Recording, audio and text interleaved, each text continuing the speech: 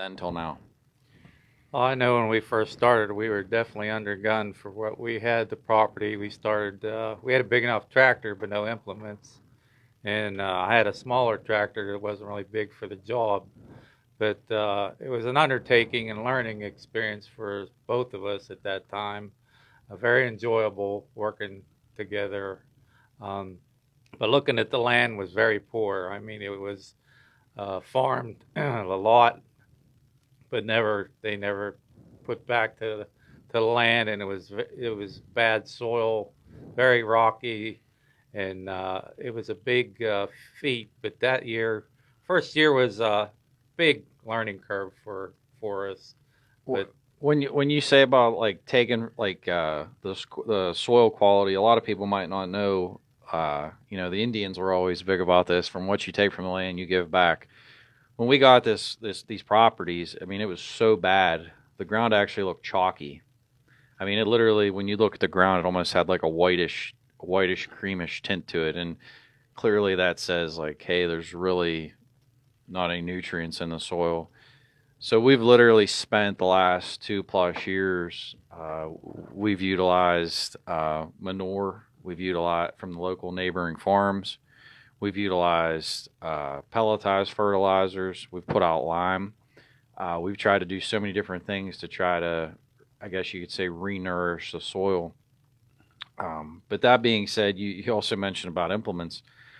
I can remember the first year we literally took 2 telephone posts. That was right when COVID had started and like everything was kind of shut down. So even yeah, trying to find things was like impossible. So we had a tractor, and Al and I and a couple others, we were literally yeah, bol- bolting and dragging these telephone poles with spikes through them to break the ground.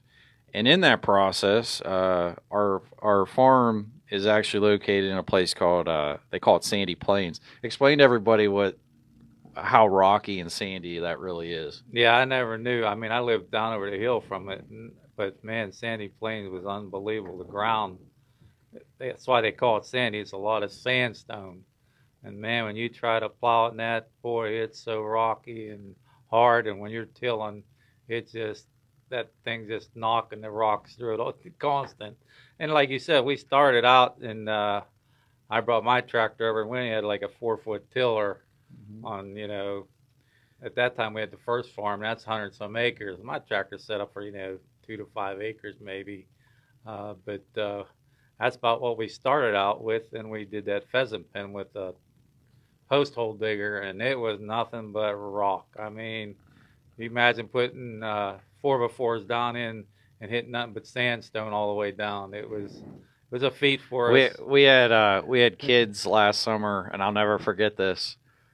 These kids are standing there, and if you just saw 3 high school students with a look of defeat, it was just like Yeah. they would take the slate bar and like literally just let the weight of it drop. And I remember looking at them, I'm like, "What are you doing?" And they're like, "Whoa, it's just solid. Like we need a jackhammer." I'm like, "No, your arms are the jackhammer. Like Yeah. you got to take that slate bar and hit it with some force." So it was definitely a battle and a grind. And but that being said, we did what we did. We kind of limped through in 2020, and we really only got like 2 food plots in at best. And then on top of that, battling the conditions, we had a drought that Yeah, we summer. had a very bad drought. So we had this drought, and we ended up putting up 1 tower stand, and we just put up a few other tree stands at that time. Uh, and Al, I wanted to talk about like the tower stand. For those out there, there's a lot of different styles of stands that you can hunt from. So if you're a new hunter or you're wanting to learn how to hunt, um, basically Al is a do-it-yourselfer. So if you go to like a hunting store, you might see some of these stands. They might be a wide variety from these pop-up blinds to ladder stands to lock-on stands to climbers. But what Al built, Al took it upon himself, and you kind of want to explain like how you kind of we have these tower stands, and basically it's like a little house on stilts, but kind of explain like how what we've done, how we do it, and there is cost savings. So if somebody out there would like to do it yourself, certainly we're always open to showing people how we do things. Yeah, if you buy the better stands, you're talking at least 2 grand. Some of them are up to $4,000, and for the normal person, they can't go out and afford that offhand. So we come up with an idea, and I've built them in the past with properties I had. Mainly, it's just 4x4s, and you build a platform that whatever size fits you.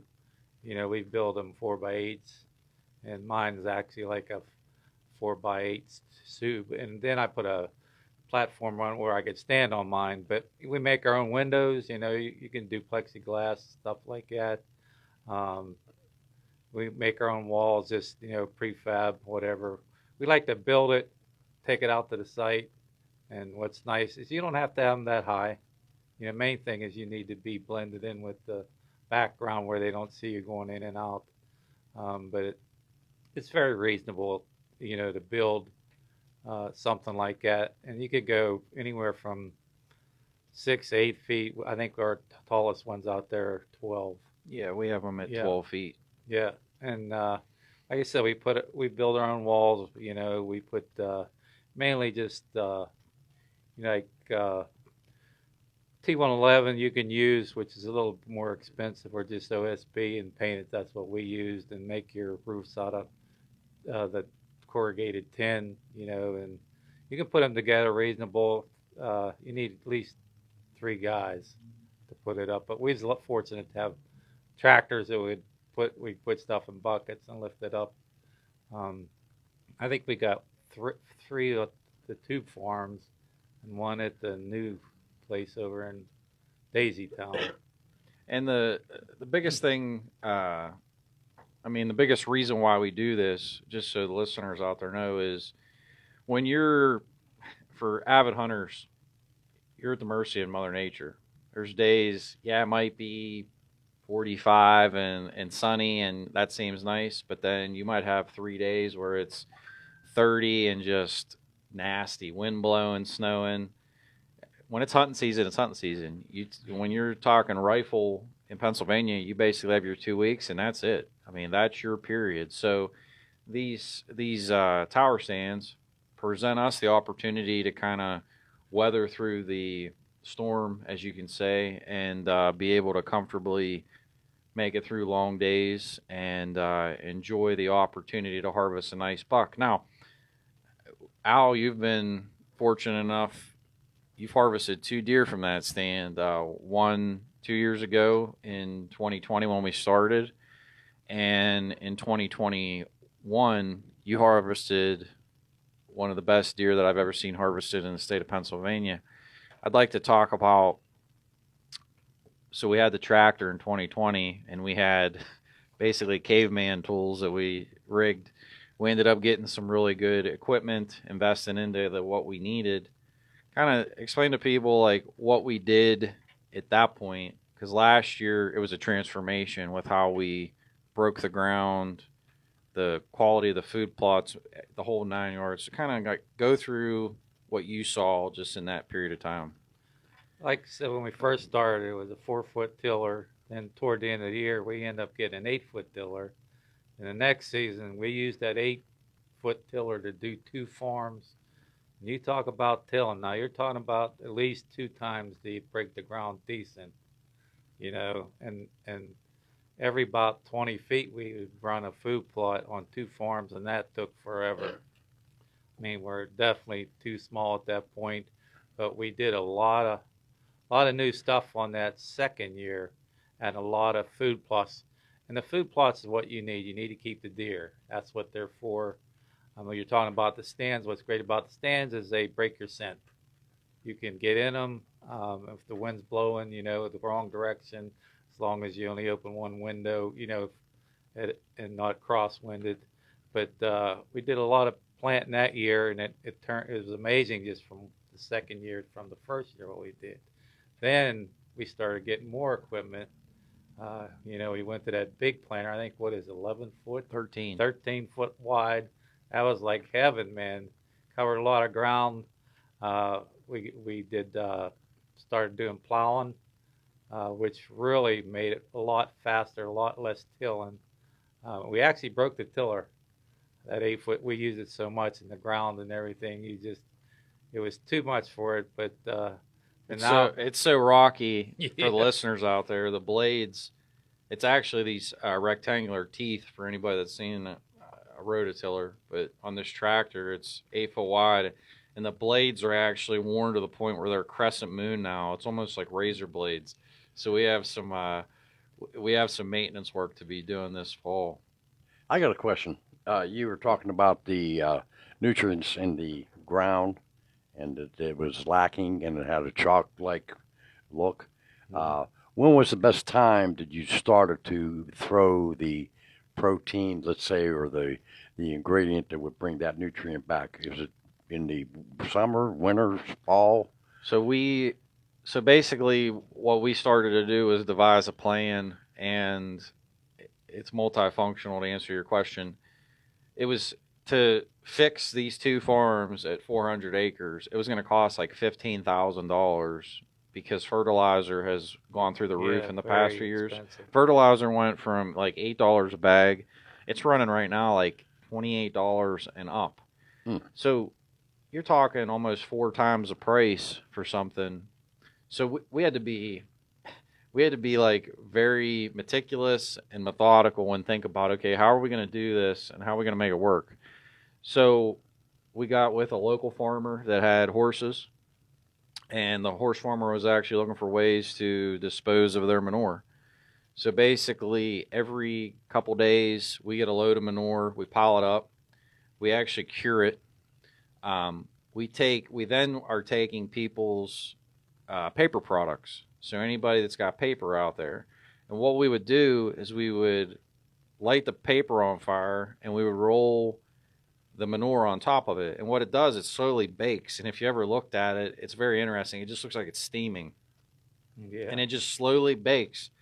And why that's important is not only bakes the manure, but that ash being inside is really great for the fields. Mm. So then we had to go and buy a manure spreader. The most opportune time with that piece of the puzzle is right before you're going to break the ground. right. You're talking like February, March time Yeah, frame. we usually That start way February. the Yep. spring rains can hit it and soak it into the ground. Fall is a great time to actually put lime out on the fields. That way it has all winter, because sometimes certain nutrients take time. Like it can be a month to 6 months for them to really kick in. We also utilized liquid fertilizer this past Right, year, which we actually did that whip in the process of breaking the ground. Like when we were literally going to plant, the day before we planted, we ran a quad with a 10-foot boom sprayer, sprayed the ground to get some additional nutrients on it. So it's not a one-stop shop to answer your question. It's No, it's a basically multitude of different yeah. tasks. We've tried Yeah. to take on all these different things to try to fix. It took years for the problem to manifest, but for it to get it fixed, we slowly, we're tackling it. Now, there's other things like different plants actually Right. will fix the soils. So then we started looking at, okay, what do we want to do? Because all the properties that we manage and that we have, if you're talking about from a deer perspective, we don't do any fences. It's all fair chase. Everything we do is to the book. So whenever we look at that, we're looking at different ways that we can, how do I want to say it? How can we draw deer and hold deer and feed them? We got our guest on, Pat Lasco. Are you there, Pat? Yeah, I'm here. Pat is the vice president of the MOA. Pleasure to have you, Pat. We're talking about the quality of the fields and how we've, been working on, I guess you could say, fixing the soil and developing. Yeah, I've that. been listening to a little bit of the show here to start. Sounds good. Yeah, the soil, that was a rough one. Al and I spent a lot of hours this spring spreading manure like you were talking. Well, we're at the point now where we're kind of talking about the deer and the improvement. We've all seen a huge improvement in the ground, And for the listeners out there, there's when you're trying to in the state of Pennsylvania grow bigger deer, deer start growing their antlers roughly in March through August. That's your time frame. I know people want to go out in the woods in October, November, December and harvest a big buck, but big bucks aren't grown in those months. Big bucks are grown, and big deer in general are grown in that time period. So it's prudent upon us. We looked at different food sources, clovers, brassicas, chicories. Alfalfa. Let's see, alfalfas. We have turnips, radishes. What else do we have? Everything to continuously feed them throughout the whole year. Gypsum wheat, all that stuff Yes. we put out. The thing is, when you do this, you want every other year you want to kind of rotate. Yep. You can't, that way it gives the ground a rest. So, And we're constantly rotating the ground. So from what we've been doing over 3 years, it's been a progression to where we constantly are moving, working the ground, to Whip's question. But this past year, I saw a tremendous uptick amazing in the quality of the deer because we were giving them high protein levels naturally. Basically from, this stuff's popping up and we're planting typically the end of April is when we start. You're talking by end of May, they're already be able to hit these food sources. Once they get into June, it's like full scale at that point. To everybody, you shot a buck 2 years ago and you shot a buck last year. Tell them just the difference and what you've seen from your perspective. Well, the first year that we did everything, I hunted over a really nice food plot, and that's the thing you want. You want to get the food plots, and that draws a deer. And I shot a nice average. Probably was close to its ears, maybe, but not quite. And that's probably what we shot that year. And then the second year, very fortunate to be. It's always be in the right place at the right time. But the thing is, to get these big deer, you got to let them go. You can't be shooting everything out there. Right now, we like to go past their ears to get something big. And another thing is, this buck was never even on camera. Some of these big bucks you don't have on camera, and it come out of nowhere. And I know when I seen it was a really wild-looking deer, old, big white horn, a rack that was just I've never seen. And to be fortunate to be there. But the thing is, when he hit that food plot, he stopped, even though he's chasing does. And that stop right there gave me the opportunity to harvest it. But it turned out to be a buck of a lifetime for me. And we shot a few bucks that were past their ears and really, really nice. It shows, doing all this, the food plots and all this, and the deer coming in there and letting deer go to get that big. But you won't get them that big without we put out tons of minerals. It's amazing. So so for management perspective, just so everybody knows, we don't shoot anything inside their ears. So if you're looking at a deer and his ears are sticking out, just kind of envision that. Nothing inside the ears. That's our little personal way that we do it. We don't have necessarily a point restriction type thing. But it's nothing inside the ears and no half racks. That's the only two things. And, obviously it has to be legal in the state of Pennsylvania. Yeah, it has to be 3 up at least. Yeah. But we've utilized that simple philosophy. And to Al's point, we've put out mineral sites during the spring and summer months to also help because that's another piece of the puzzle. Deer's rack is basically bone. So they need to take in adequate not only proteins, but they also need the mineral intake. It's kind of like a little science experiment when you're doing this stuff.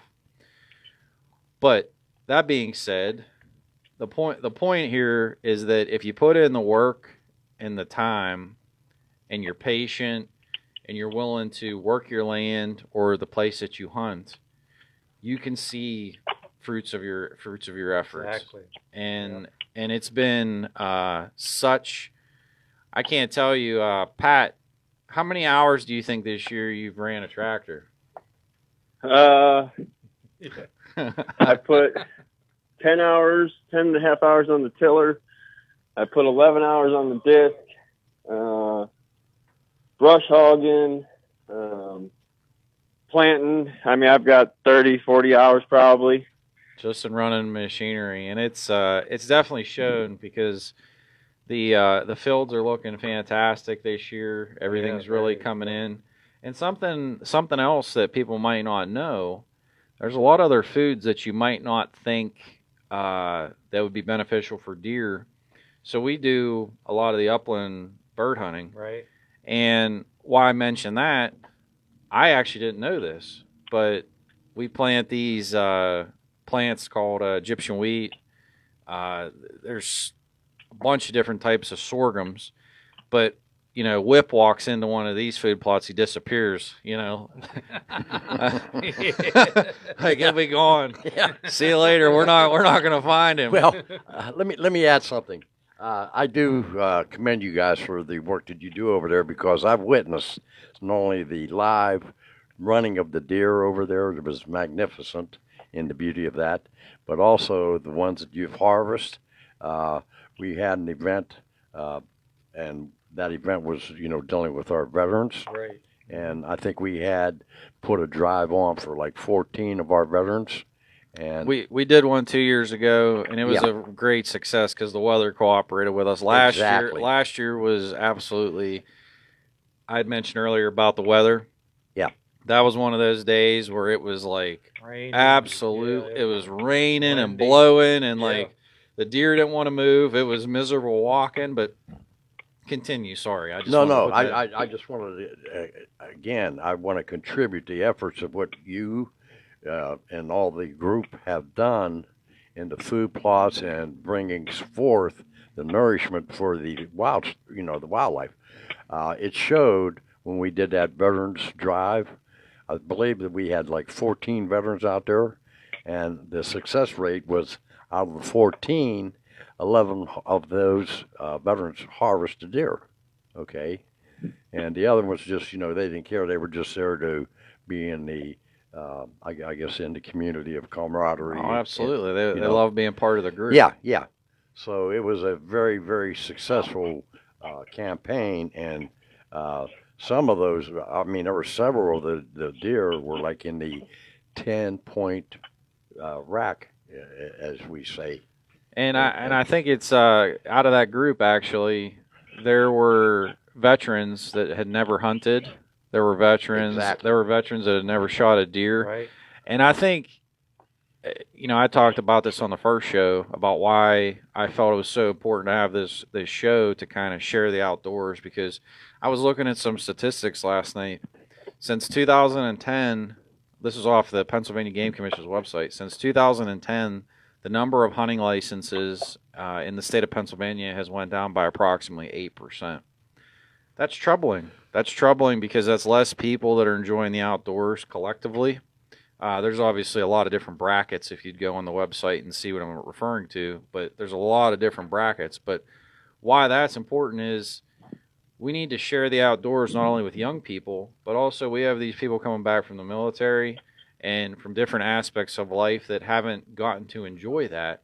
I know we actually have a young man, he's only 14 years old, helping us at the farm, and he just got his first rifle, and he's going to take his hunter safety test, but no, his parents don't hunt.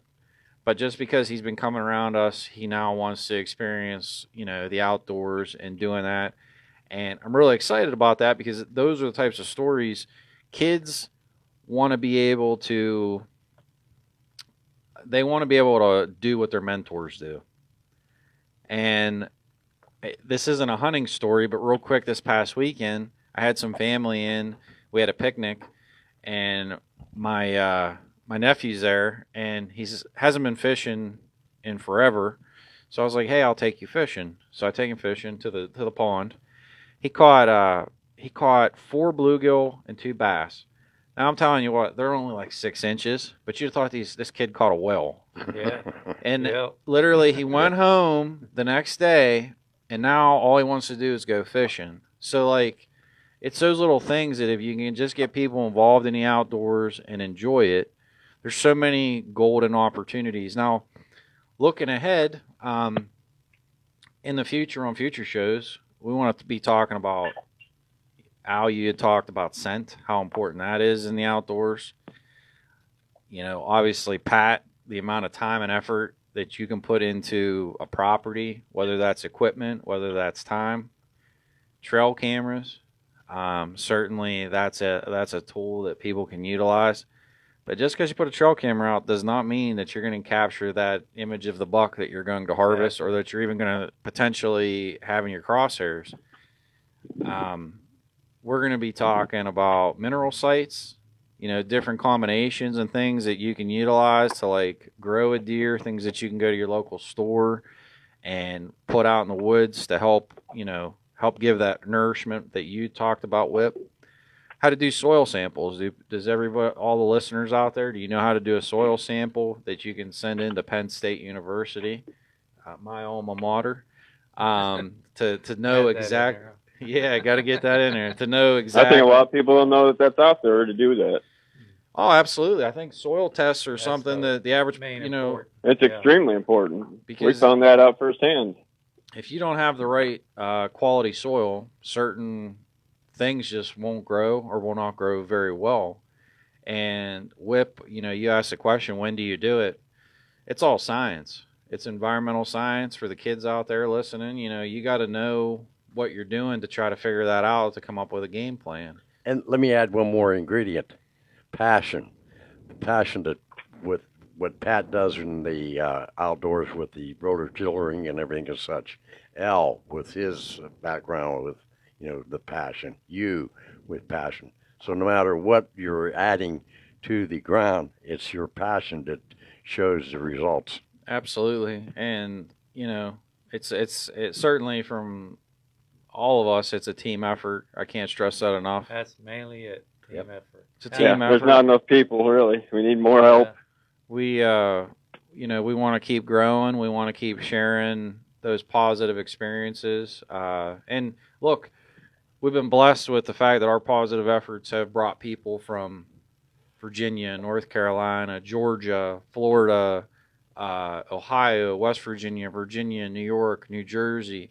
So like people are coming to southwestern Pennsylvania. And if you're a listener out there and you're ever interested in bringing somebody to your farm or looking for ways to sell hunts at your property, please, by all means, reach out to me. You can message me on Facebook at Jason White or give me a call at 724-579-0924. But we got a lot of things to discuss with the outdoors, and there's definitely not enough time. On our next show, we're actually going to be discussing dove hunting and upland bird hunting. I'm really excited to talk about that because with what we've done with the deer, a lot of the stuff we've planted has actually now helped doves, which is a migratory bird, and also upland birds, pheasant, quail, and chukar. So if that's something that you're looking for, please make sure you follow us at Marianna Outdoors. I want to say a special thank you to the Marianna Outdoorsman Association. Please join today. Early bird special is going on right now. You can get the rest of this year for free and all of next year. Again, MariannaOutdoors.com. Phone number 724-579-0924. And please follow us on Facebook at Marianna Outdoorsman Association, MariannaOutdoors.com. Thank you, guys. Hey, welcome to be here. WMBS, your news center. This is CBS News on the Hour, sponsored by Liberty Mutual Insurance.